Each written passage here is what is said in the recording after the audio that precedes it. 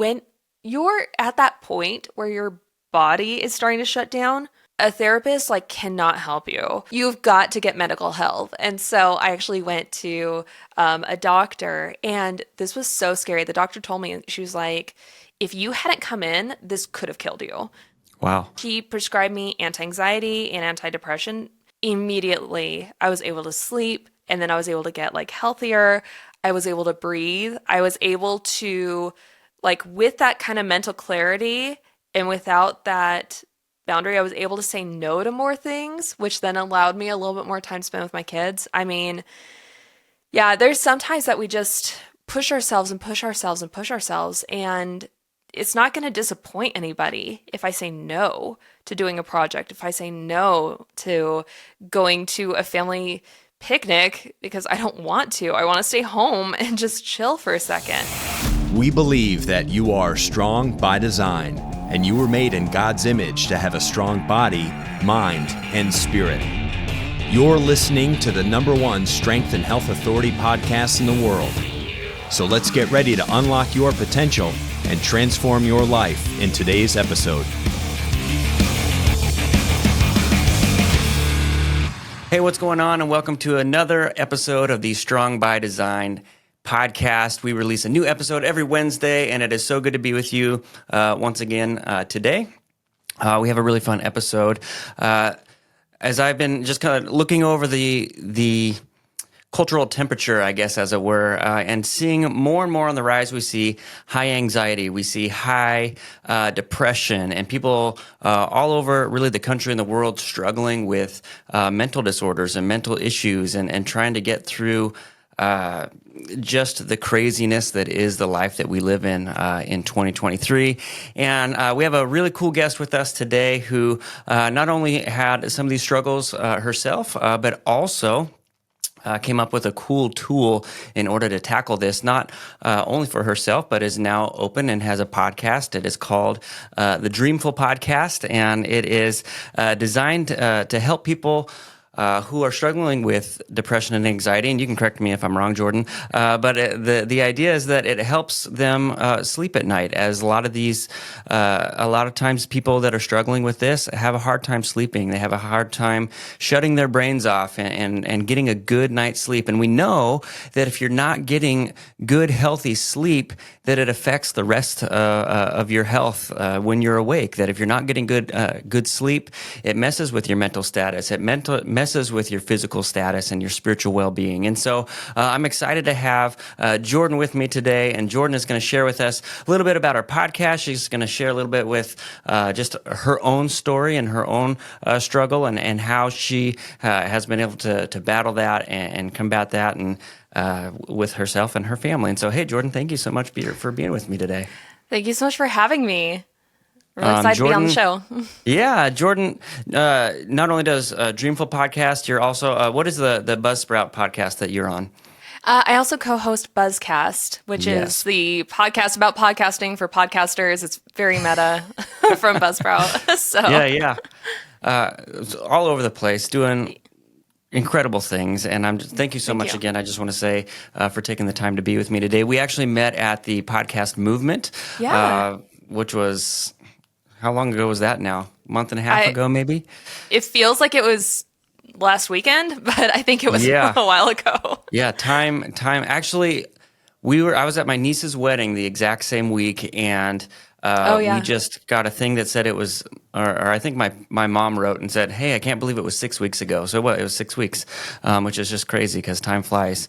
How my wife was like, I can't, it feels just like you. She's like, I feel like it was just yesterday that we were there. So, but it was cool. We got to learn about Buzzsprout. Buzzsprout is basically a host for podcasts. So if you are a podcaster or if you are looking into podcasting, Buzzsprout is a great place to go and look. And all kinds of cool tools. That can be a completely Yeah. different talk that we could have some other time. I know, Or yeah. just write Buzzsprout, and maybe Jordan will get back to you, and she can send you to the right people to get all the right answers. But Yeah. maybe Jordan, you can just tell me a little bit about yourself. Tell me a little bit about your story. Again, let me know. Tell me about your Yeah. family. I don't even know. I know that you have a couple of kids. I do. Let's start there. It's a good place to go. Yeah, so I have two daughters, and they're 11 and 6. Okay. So basically, I think my story in regards to like mental health struggles like really started as it did for most people during the pandemic.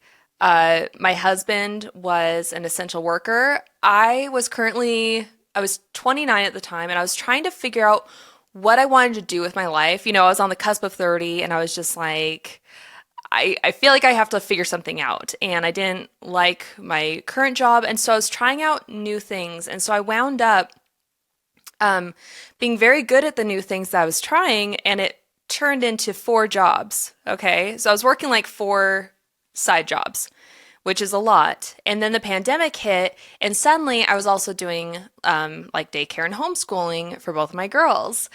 And what wound up happening was I was so intensely scared of failure. I was so intensely scared of letting people down because I had built up these side businesses so well, so quickly. And I was just completely like stretched thin. And so what I would do is I would like get up at like 5 o'clock in the morning, get my coffee, sit down and work, and then like help the kids with their stuff. And then I would work until like 1 or 2 o'clock in the morning. I mean, I just worked like all day, every day. And this went on like weekends, everything. I went on a vacation for like my anniversary, and I wound up working in my hotel room because there was an issue with How'd that something. go? Not great. my, I can't imagine. my husband was not very pleased with me, but he also was understanding. Sure. And what wound up happening was it turned into a thing where if I had conditioned my body to where if I wasn't at my desk working, I started getting anxiety that I wasn't doing enough. Like I wasn't fulfilling everything I needed to do in order to like make other people happy. And I started getting like really worried that I was going to like let people down. And it got to the point where if I sat down to eat lunch, if I sat down to eat dinner with my family, I started getting panic attacks. And so I would start to try to eat, and then I would get a panic attack, and I'd be like, I can't do this. And I'd just go So- back in my office and work. For people, I mean, people hear panic attack and they don't really. Yeah. It's hard. It's probably a hard thing to even describe. But maybe if you could just walk me through a little bit. When you say panic attack, what exactly is going on? Yeah, and panic attacks can show up differently for some people. I know some people that they can't breathe when they get a panic attack. Basically, what happens is the body goes into this like kind of like shock or like fight or flight response, and it just like shoots up your adrenaline. It just sometimes people can like pass out, like they can faint. For me, it's like a really intense chest tightness, and I start getting numb. Like my arms and my hands will start getting numb, and it feels like you're having like a heart attack sometimes. But yeah, I know some people have gone to the emergency room because they can't breathe, they can't catch their breath. So Does it feel like kind of like a fear kind of feeling? Is that kind of yeah, how you describe it? imagine when you're walking up the steps and you think there's an extra step and there's not an extra step, and you step, and just for that moment, you have this like tightness, like, oh my gosh, I almost fell. And it's like that, but that moment never ends. And it can last anywhere from like, 10, 20 minutes to like days. Not good. So, yeah. Sorry, I not didn't mean to good. interrupt there. Yeah, No, yeah. you're totally fine. Yeah. Yeah. So it's basically like that. Like I would start getting like this like numbness, tingling. I'd just panic. And so I'd go back in my office and I'd just work. And what wound up happening was I started not being able to sleep at night because I wasn't able to sit down and rest if I wasn't working. And so what happened was it like trickled into my sleep patterns. And so I would lay down for bed And then all of a sudden I'd get that feeling like you're about to like fall, like you're about to like step off a cliff. And my adrenal glands, like I could literally feel my adrenaline coming, like it would just be like as soon as I'd start falling asleep, my body would be like, no, no, no, don't fall asleep. And then I'd like calm down, do my breathing exercises, and then it'd be like, don't fall asleep. And so that went on for days and days and days. And I just couldn't sleep because my body it felt as if I would be like attacked if I fell asleep, if I took like a rest. And Then it almost becomes like a fear to go to sleep. yes, I would get stressed about going to sleep. And then I'd get a panic attack because I was like, I need to sleep, but I can't sleep. My body's not letting me sleep. And then I'd like, I mean, we're talking like a vicious, vicious cycle because you need sleep to, regulate your mental health. But I couldn't get the sleep because I was so mentally unhealthy. And this is serious stuff. It got to the point after like a few months of this, I started losing my hearing and vision. Oh, wow. And that was the scariest moment of my life. Yeah. I would sit down and then everything would just kind of like go like tunnel vision and go black. And I would hear just like like when you're underwater and it was just like wah, wah, wah when people were talking. And it was like a pressure in my head. And it was so scary. But yeah, it got really bad. I mean, I can only I can only imagine. Like, I never heard of that before. I didn't know that it was something that it could actually get to the point of the physical, repercussions of not figuring out how to handle it. I mean, stress causes a lot of issues, right? I mean, stress can cause, heart attacks and things along those lines. So, I mean, when when your mental state isn't where it needs to be, eventually it starts to take the wear and tear on your body as well. That makes sense. I mean, we talk about that all the time on our show that, our physical and our spiritual and our mental are all intertwined together. And so one is always affecting the other, right? Mm-hmm. Which is why it's important to take care of all those aspects of your life and not to neglect any of them. But so continue. Yeah. So you're having these panic attacks. You're wrestling through it. All of a sudden, you're going blind. You can't hear. Now what?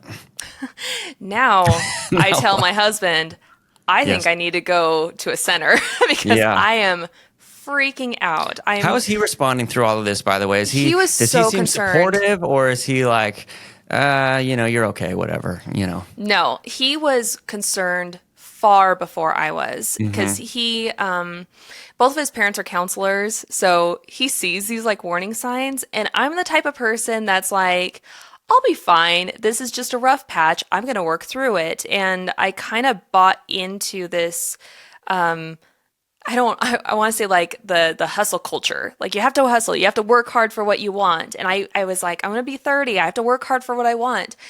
But at what cost, And I felt like I couldn't take, I had two daughters I was taking care of. I was trying to maintain these like 4 jobs and I didn't want to let anybody down. And I felt like it was selfish of me and ridiculous to take time for my mental health, to take just like a mental health day or to go to the spa to like breathe for a second, just something, or to go to a therapist. I can't afford an hour a week to go to a therapist. So, what happened was I just let it get that bad. Isn't it interesting the association of guilt that we have with rest? Yes. It's such a weird thing where, man, I'm tired. I want to take a nap, but I can't tell anybody because I'll feel guilty that I'm taking a nap in the middle of the day or whatever it might be. It's an interesting part of our culture. I don't know if it's around the world, but definitely in American culture where it's like, hey, if you're resting, then that means you're lazy. And I have this conversation with my wife as well, who's had a lot of the same a journey, I would say, as you have, and I'm like, babe, go take a nap. Like, it's okay. Like, please do. And everything's going to be fine. I'll take care of whatever I need to take care of, but, making sure to take care of yourself. And so it's just funny as I talk to people and I hear their stories, this continual weird guilt association with rest. But yeah. I think you're right. I think that is an American thing. I don't think that is common in other cultures. I think that they respect, their, days of rest. They respect spending time with family. They respect, taking a nap when they are tired, or in the middle of the day. It's very, very customary to just be slow and just slow down. And we just have this like weird mentality where we just have to go, go, go, go, go, like regardless of what the cost is. And if you slow down, then you're weak and you're not going to make it. You're Right. not going to be Right. successful. And And even in places where they say, "Hey, we love the family and we want to make sure that you're investing in your family, but we need you to work 60 hours a week." And yeah. you can't go home this weekend, and the job has to be the priority. And it's like, I don't think that your perspective or your values are quite matching up with what you're saying. I mean, we have that thing, my husband actually works for a company that does this all the time where they'll say, "Oh, it's the family." Like it's the business. Like we're not just a business, we're a family. And sometimes you have to really draw that line and say, "You're not my family." Hmm. Like, Hmm. and Come on, Michael that, Scott. yeah, Yeah. exactly. Yeah. Exactly. Yeah. Why So, can't your work people be your work people and your friends be your friends? that's exactly it. Yeah. And once those lines kind of get blended, then you no Hmm. longer have, the work-life balance because it all becomes work, or your life can put your work in jeopardy if something, for relationally, if you don't jive with somebody at some point. So it's very important to like keep up those boundaries. Did you see any, as all of this is going on, how did your kids respond to you? They were Or did they really, even know? they knew because it would just like, I don't know, sometimes if I would hear like the TV and them talking to me and I was trying to think of something else, it would overwhelm me and I'd start losing my sight and my hearing. And it was just like this like shutdown, like my body was literally shutting down. So my Hmm. kids were pretty concerned. They were also Yeah. really concerned that I was always working and they were Hmm. very saddened by it, which I think also contributed to my guilt. It was like a guilt that I wasn't working Yeah. for them, and it was also a Hmm. guilt that I was working too much. Yeah. It was, That cycle. I mean, Yeah. just so much guilt and anxiety Hmm. and stress, and it Hmm. was horrible. But yeah, so basically, my body started shutting down, and I realized, like, okay, I need help. Like, that was, for Yeah. some reason, that was the point at which I went, Hmm. okay, it's time to, like, get help. So you made an appointment with your in-laws. No, Just kidding. I totally would have, though, because they're amazing. Yeah. Yeah, but I did make an appointment with a therapist, and when you're at that point where your body is starting to shut down, a therapist like cannot help you for the most part. Like when you're that far gone, it really takes like medical intervention. And so she was just like, I can't help you at this point in your journey. Like you've got to get medical help. And so I actually went to a doctor, and this was so scary. The doctor told me, she was like, if you hadn't come in, this could have killed you. Like Wow. you could have died Yeah. just of the stress. Yeah. And So I that mean that, was a wake up add that call. to your plate. Yeah. That was my, oh my gosh, what did I do to myself? But you know what? She prescribed me anti-anxiety and antidepressant. And oh boy, I mean, it was just immediately I was able to sleep, and then I was able to get like healthier. I was able to breathe. I was able to, like, with that kind of mental clarity and without that boundary, I was able to say no to more things, which then allowed me a little bit more time spent with my kids. I mean, yeah, there's sometimes that we just push ourselves and push ourselves and push ourselves. And that was such an important lesson for me to learn, was that it's not going to disappoint anybody if I say no to doing a project, if I say no to going to a family picnic because I don't Mhm. want to. I want to stay home and just chill for a Yeah. second. Yeah. So, Was that a hard process getting on medication? I know a lot of people have struggles as they're trying to find the right one, and this one works, and this one doesn't work, and this one makes me tired, and this one. oh How yeah. was that process for you? That is really difficult. Luckily, the anti-anxiety I just took as needed. So when I would start feeling anxious, I would just take that, and it does make me sleepy. But honestly, that's probably okay. Like it's one of those trade-off things. And It's kind of your body saying to stop and rest anyway, right? So I mean, yeah, Yeah, exactly. There's So value in those that. are good pills for like you need to take a nap, just you need a timeout, basically. you know? Um, and then the antidepressant medications, I think that those are more finicky than a lot of other ones. For example, for with one of them, I got like super dizzy one time, and then I switched to another one, and it made me really nauseous. Like I felt like when you have like morning sickness or you just your stomach's like a little like sour. And so it's just like constant nausea and I didn't like that so much. But then you find one where you just feel fine and you just feel okay and it's like, "Oh, finally." It is such a relief when you do find something. And then, you know, those aren't forever. You know, it's just enough to get you to the place where you're healthy enough to go out on your own. It's like training wheels on a bicycle, and then once you are back on the bike and you're, able to drive straight, you can take them off, Yeah. gradually. So And have it's you been able it's to do good. that? Yeah. Yeah. Cool. I Yeah. still My wife is. sometimes do the like anti-anxiety because I mean, Mm-hmm. there's Sure. triggers, like there's things that'll trigger you, especially if I Mm-hmm. don't sleep well. Ooh boy, that's like Mm-hmm. just a panic attack waiting to happen because I Yep. still do that thing where I'm like, oh no, I'm not sleeping. It's gonna happen Mm-hmm. again. It's almost like a Mm-hmm. PTSD. Right. So I Yeah. keep those handy. Yeah. Yeah. My wife was, I remember it was one day she didn't like, she's like, I don't want to be on these forever. I'm going to stop. And I was like, I don't think you can do that. you Yeah. know? But she did. And she's been off for quite a while now too. And, I'm really proud of her and for, the effort. She's been able to go to some counseling as well, and really work through a lot of that stuff. Which where did you go back to a counselor then? Once, I mean, she sent you away and said, "Hey, you need to get medically helped." Then did you go back? Yeah, I did at one point and then I got busy again Yeah, because life, sure. and so I took a break. But I have actually been wanting to go back again because it's nice to have someone to talk to that is not your Mm-hmm. spouse or Sure, coworker. sure. So it's Yeah, really nice. yeah. We recently are so we have a 10-year-old, we have an 11-year-old, a 10-year-old, and then 8-year-old twins. So we have four. And our 10-year-old recently has been starting to have a little bit of anxiety and some attacks when she's going to sleep at night. And I'm thinking, man, you're 10 years old. Like, what possibly could you be going through, you know? And so, but we were able to get her, we have a counselor that we like to go to. And we've been, she's been helping our family out for years and years. And so, but she does a lot of her stuff based on temperament.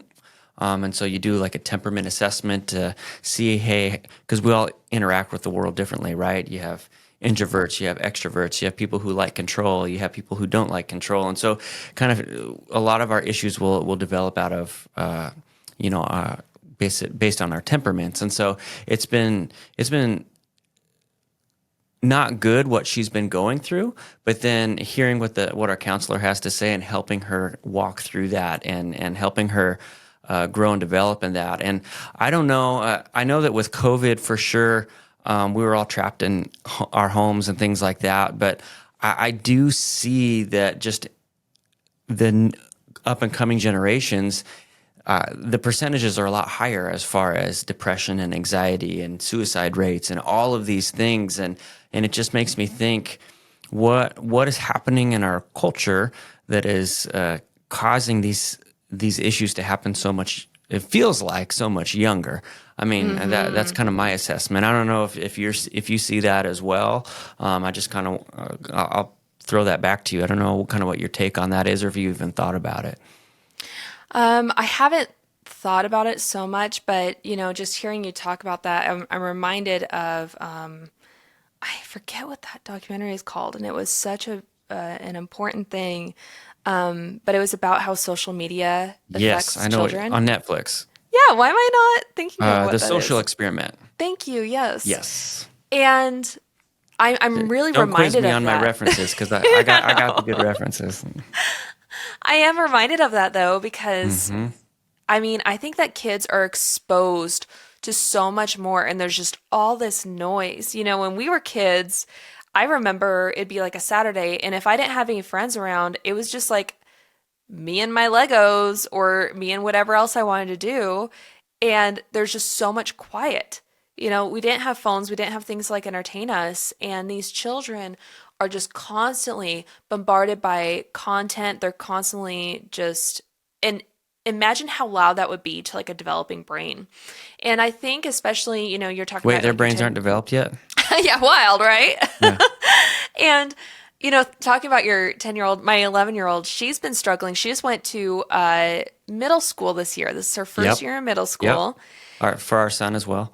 Okay. And I feel like when you have these transitions into new things, there's a lot of struggle and that can produce anxiety. In my daughter's been really struggling with having like a ton of different teachers, and all the teachers have different expectations, and she has ADHD, so she's just like, I don't know what to do with this. And it's been such a struggle for her. And she has actually asked me, can I please go to therapy? She asked me that. And the thing that I really like about this generation, our kids' generation, is that I think that they're going to have these tools to manage their mental health a lot earlier than our generation did. Yeah. So Yeah. things could still be okay for them. Yep. Yeah, I remember being a kid and getting bored with video games and saying, okay, this was fun for a little bit, but I don't think my kids would ever stop if we didn't make them stop, if we didn't Yep. give them those boundaries. And I mean, they like it so much that they watch people on TV playing video games. And I'm like, man, that's like, when I was a kid, we were just waiting like for our turn. We hated to watch other people. And now there's whole YouTube channels and all kinds of things of these people just playing video games and kids are watching it. It's just, it's crazy to me. It's like, yeah, it's like game inception. My kids will watch. Game inception. They'll watch kids on, like they have their tablets. They'll watch kids, like they'll have like the little YouTube thing on the side, and it's other people playing Minecraft, and they'll have it up while they're playing Minecraft.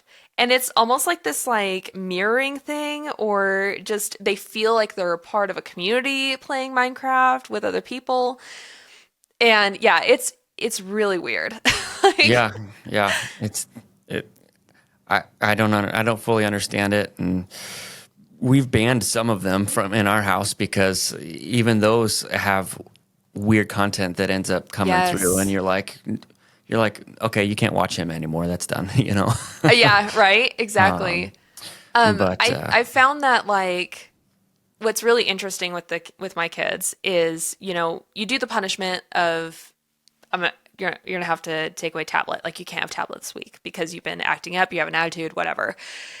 And it's so funny because literally like 10, 12 hours later, my 6-year-old will be like, you know what? I actually really don't like having tablet, and so this was good. And we're just like, okay, like it was supposed to be a punishment, but if you're enjoying Yes. yourself, I guess that's okay too.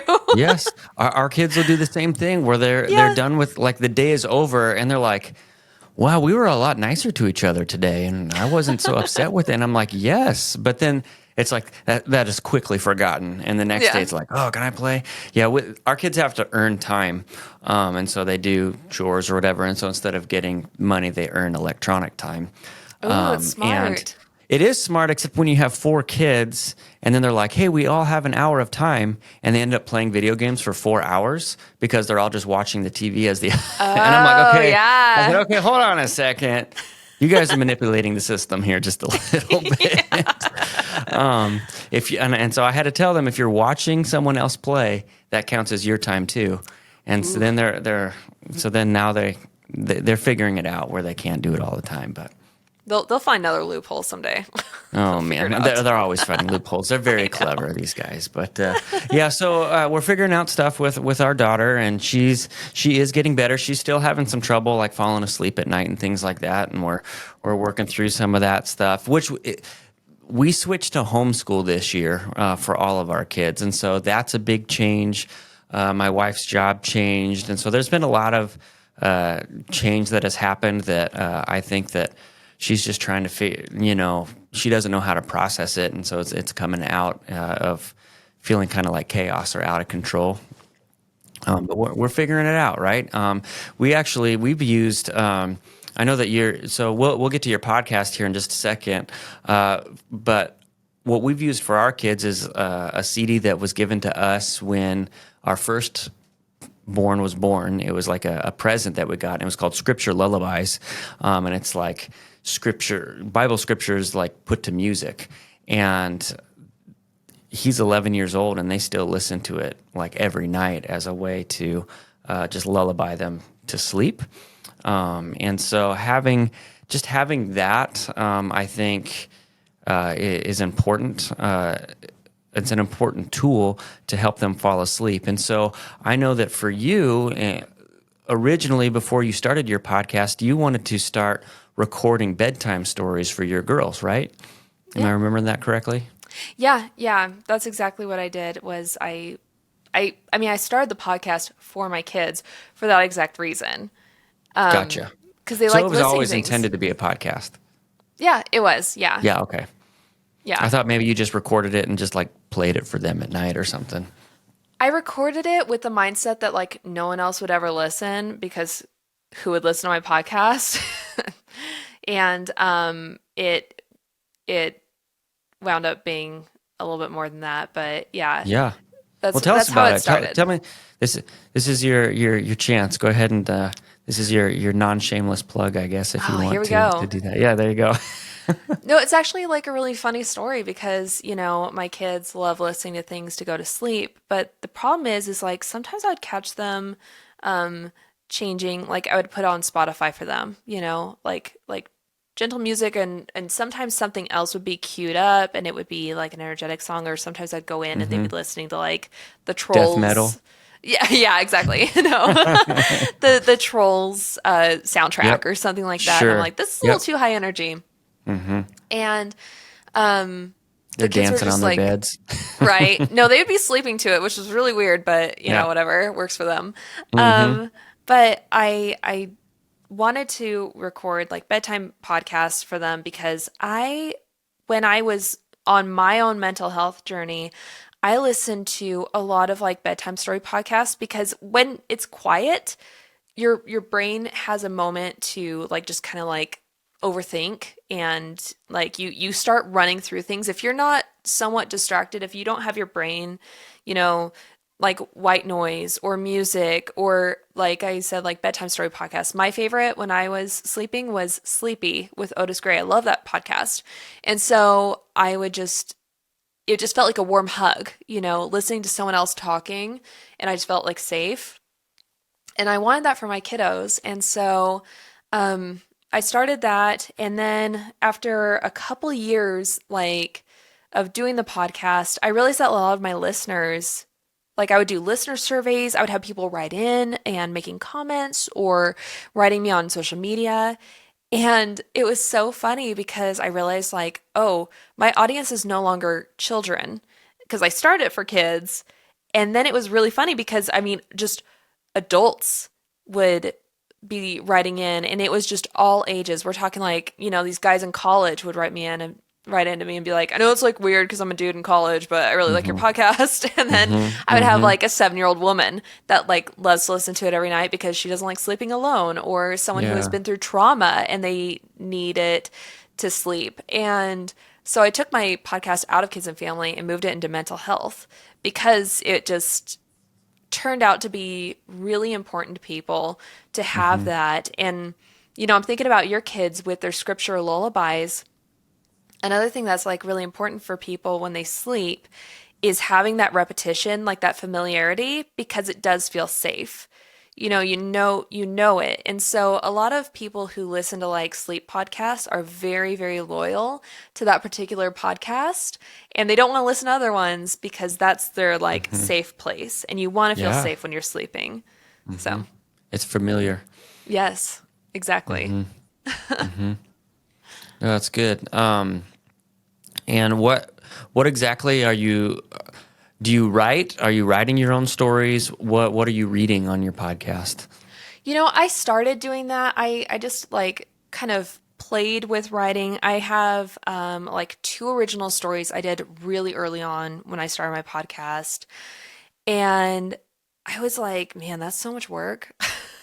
I would much rather go like dip into the public domain, maybe do an adaptation of something, or, just read straight up from Grimm's Fairy Tales or Andrew Lang. And that is a lot easier because making a podcast is a lot of work. And I Hmm. realized like No, when it's you not. It's add that, easy. oh yeah, I know it's so Anybody easy. can do it. If you don't edit, it's like super easy. That's right. Yeah. And so I just, yeah, I started with writing because I love doing creative things like that. Those episodes turned out amazing. They were great. They're loved, but that's so much work. And I Right. don't have the bandwidth for it. And I'm looking out for Hmm. number one, my mental That's right. health. So I'm not putting more on my Hmm. plate. That was back. That was back in the early days, when you're I know having better panic now. attacks and all that stuff. That's right. Exactly. That's good. Yeah, I was able to listen to just a little bit to it of your stuff this last week, just to get familiar. It's awesome. I mean, it's very calming, and I just love what you're doing. And this came up when we were at the podcast movement about your podcast and what you're doing, and I'm like, man, this is so good, and that's why I wanted to bring on the show, is just because I know that, like I said, I think 1 in 5 people are struggling with mental health stuff. Again, looking at our culture and seeing just the ramping up of everyone feeling like they're on edge, and it's like my anxiety doesn't just affect me, it ends up affecting the people around me. And I carry that with me, and I carry that into normal everyday scenarios like driving my car and buying groceries. And you just never know how it's going to affect you. And so I love that you have this podcast that is helping to address that problem and helping people get the sleep that they need, and hopefully get back on track with the health that they need as well. Yes, exactly. Yep. So, did you think that would be? Did you ever, in your wildest dreams, think, "Hey, this is probably what I'm gonna help people with mental disorders, be able to get back on track." No, I thought I would have just like a few kids that would enjoy my stories, and then it just kind of like blossomed into something so much more meaningful. And I think that also being very open and candid about my own mental health struggles helps other people to relate, and it helps them to feel secure in that they're not, weird, or it's not shameful that they have anxiety or, depression and just can't get out of bed or something like that.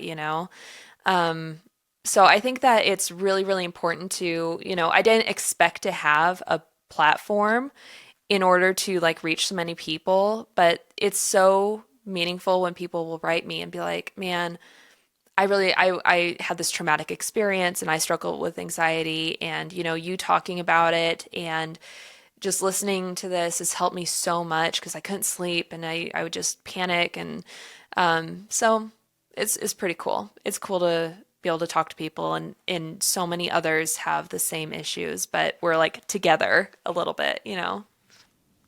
Yeah. Do you still feel like you have, do the issues kind of relapse ever, or do you feel like you're able to catch stuff in time? And then what are you doing in order to make sure that you're not slipping back into that state of going blind and losing your hearing? Well, hopefully I never get there. Hopefully my husband just like drags Yeah. me to the doctor before that happens. Yeah. Yeah. Basically, I'm just making sure that I leave enough room for myself and for my family in my life. So even when things are really busy, I mean, I do have weeks where my workload is pretty hefty. I do have weekends where I have to work a little bit sometimes just to like get things done because it's important. But other than that, I make sure that I spend quality time with my family.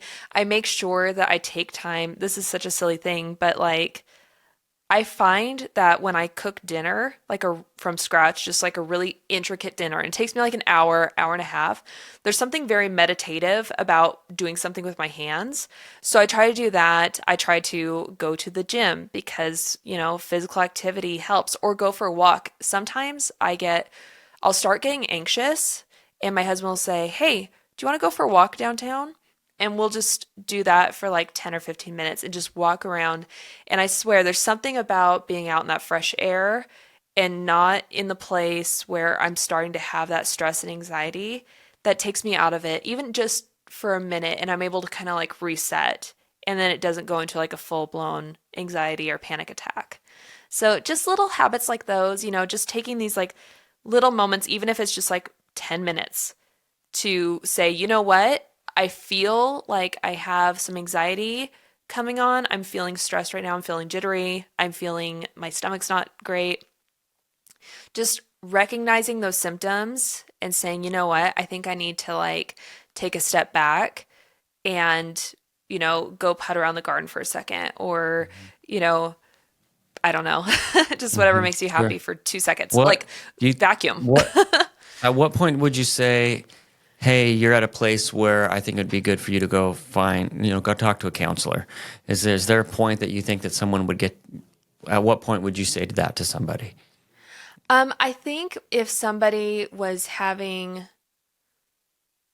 difficulty understanding why they're feeling a certain way or difficulty understanding why other people are interacting with them the way that they are, like maybe they're finding like a pattern, like something just seems off and they can't put their finger on it, or maybe um they're having reactions to things that don't line up with the circumstances. So, for example, if someone were to spill water and you have a big reaction like, oh my gosh, I can't believe this happened. Why on this day?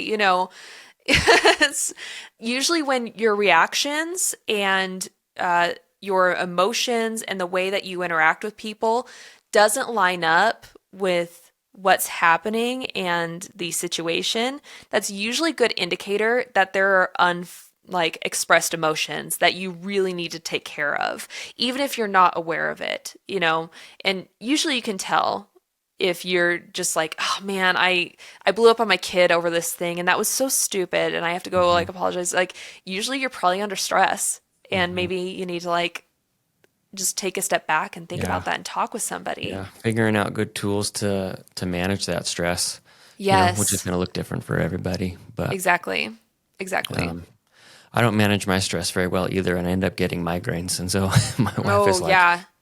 she's like, you need to figure out how to get rid of some stress so that you don't, you're not, because it's my body's way of saying, okay, you got to shut down for half a day or whatever, to not do anything. So, Which can actually that, make it a little bit more stressful because yeah. you're feeling stressed like you need to get things done, but Hmm. then you get this horrible headache and it's just like, no, no, Hmm. no, no, no, not today. I have to get this Uh-huh. done. Exactly. Yep. Yep. Or it's an important thing that's coming up or something that you're excited about, Yeah. like going on a trip or something like that. Well, what is your hope for Dreamful going forward? Do you have big plans? Or are you just going to keep rolling and see what happens?